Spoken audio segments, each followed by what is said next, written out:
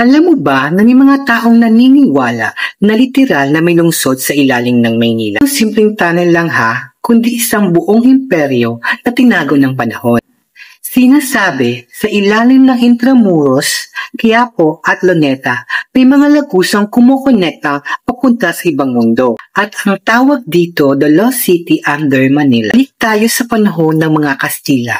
May mga dokumentong nagsasabing meron daw silang pinagawang papuntang simbahan, kulungan at pati palasyo ng gobernador. Gamit ito bilang secret escape routes at minsan daw bilang prison chambers. Pero noong dumating ang mga Amerikano, may mga sundalong nagsasabing hindi lang tunnels, may mga bahagi raw ng parang lungsod, may mga arko, hall at mga ukit sa pader na hindi maipaliwanag kung kailan ginawa.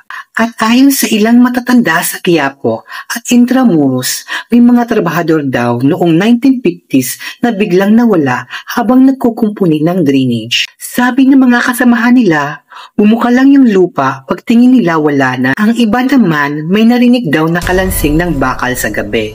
Parang may mga taong naglalakad sa ilalim ng lupa kahit 10 oras na ng gabi. Noong 1970s, may ilang estudyante mula sa PUP at Mapua na nag-explore daw ng lumang tunnel malapit sa Pasig River. Kaukit na simbolo, parang araw na may mata. May mga teorya na ang Lost City ay bahagi ng lumang kaharian ng Maharlika, isang sibilisasyon na nawala bago pa man dumating ang mga Espanyol. Ayon sa iba, tinago ito ng mga Amerikano noong World War III at ginamit bilang secret base. Ang mga tunnels daw sa ilalim ng Malacanang at US Embassy at sa Ermita, connected pa raw sa ilalim ng Maynila.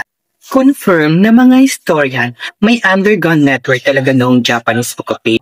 Bahagi ng mapa na classified hanggang ngayon. Ang matandang urban legend ang nagsasabing ang Maynila ay may kapatid na lungsod sa ilalim nito. So ngayon, ikaw na lang ang tatanungin ko, totoo bang may nakatagong imperyo sa ilalim ng Maynila?